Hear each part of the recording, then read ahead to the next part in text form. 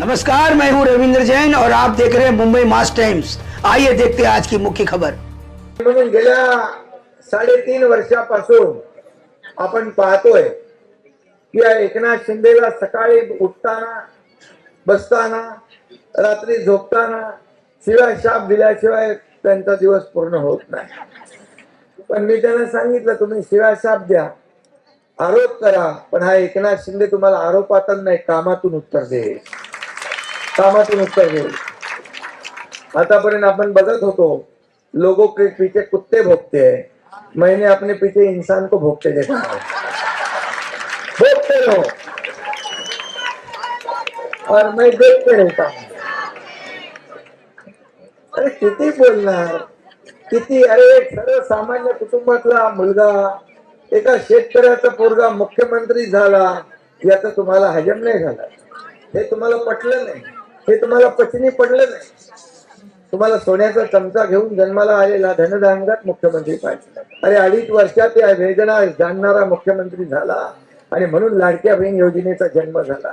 मी माझ्या आईची पत्नीची काटकसर पाहिली आहे, कसा महिना काढायचा, कसा महिना चालवायचे, हे मी पाहिले डोळ्यांनी, गरिबी मी पाहिली आहे।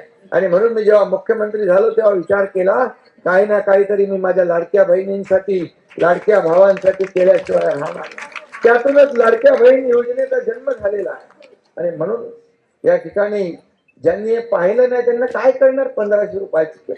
आज किती सक्सेस स्टोरी आहे, किती लाडक्या बहिणींनी एकत्र येऊन व्यवसाय केलाय, छोटा व्यवसाय मोठा केलाय, नवीन व्यवसाय सुरू केले, आणि याचा अभिमान आहे।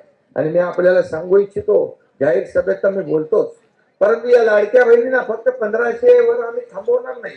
या लाडक्या बहिणींना स्वतःच्या पायावर उभं करायचं आहे। या लाडक्या बहिणींना लखपती झालेला आम्हाला बघायचं आहे। आणि हा शब्द जे आहे मी बोलतो ते करून दाखवतो, जे होणार नाही ते मी बोलत नाही।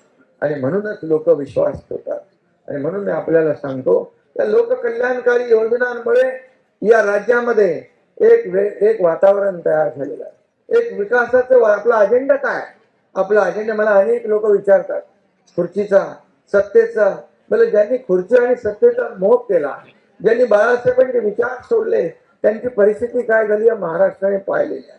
हा अजेंडा एकनाथ शिंदेचा खुर्ची अजेंडा नाही, ज्यांनी खुर्चीत बसवलं त्या लोकांचे प्रश्न काय ते सोडवणं, त्यांच्या समस्या काय ते सोडवणं, हा आमचा अजेंडा आहे, हा आमचा अजेंडा आहे। आणि म्हणून या राज्यामध्ये एक प्रकारचं वातावरण जे तयार झालेलं आहे। आणि म्हणून आपलं केंद्रामध्ये एका विचारसरणीचं सरकार आहे, राज्यामध्ये एका विचारसरणीचं सरकार आहे, आणि या ठिकाणी स्थानिक स्वराज्य संस्थांमध्ये देखील आपल्याला त्याची पुनरावृत्ती करायची आहे। आणि म्हणून आपल्याला मी एवढंच सांगू इच्छितो की आज निवडणुका समोर अगदी आहेत आणि सगळ्यांनी काम करायचं आहे।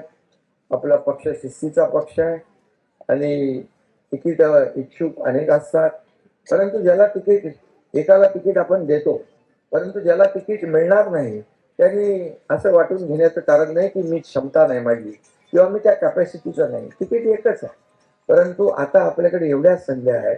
आज आपल्याकडे महापालिकांमध्ये अनेक पद निर्माण होतील, महापालिका तर नाही आहे, महापालिकांमध्ये पद निर्माण होतील, जिल्हा लेवलला पद निर्माण होतील, राज्य पातळीवर आपल्याकडे पद आहेत, अनेक मंडळ आहेत, अनेक त्याचे सदस्य आहेत, अध्यक्ष आहेत। आणि हे आपण मुद्दाम या सर्व स्थानिक स्वराज्य संस्था निवडणुका होईपर्यंत थांबवलं होतं। आणि या ज्यांना ज्यांना तिकीट मिळणार नाही ते त्यांना त्या ठिकाणी आपल्याला सामावून घेता येईल, त्यांना न्याय देता येईल। शेवटी बघा, इथं हा कार्यकर्त्यांचा पक्ष आहे, तुम्हाला माहित आहे, इथं काही वशिला चालत नाही, इथे बाकी काही चालत नाही, इथं लेना बँक नाही आहे, इथं देना बँक आहे, आणि त्यामुळे आम्ही देणारे आहोत। आणि तुम्ही पाहिलं असेल की केंद्रामध्ये देखील जेव्हा आपल्याला मंत्रीपद मिळालं त्यावेळेस सगळ्यात आहे त्यांनी सांगितलं, काय सांगितलं, श्रीकांत शिंदेला मंत्री बनवा, परंतु श्रीकांतने देखील सांगितलं मला मंत्री व्हायचं नाही, जो सिनियर आपला माणूस आहे त्याला मंत्री बनवा, कार्यकर्त्याला मंत्री बनवा। हा कार्यकर्त्यांचा पक्ष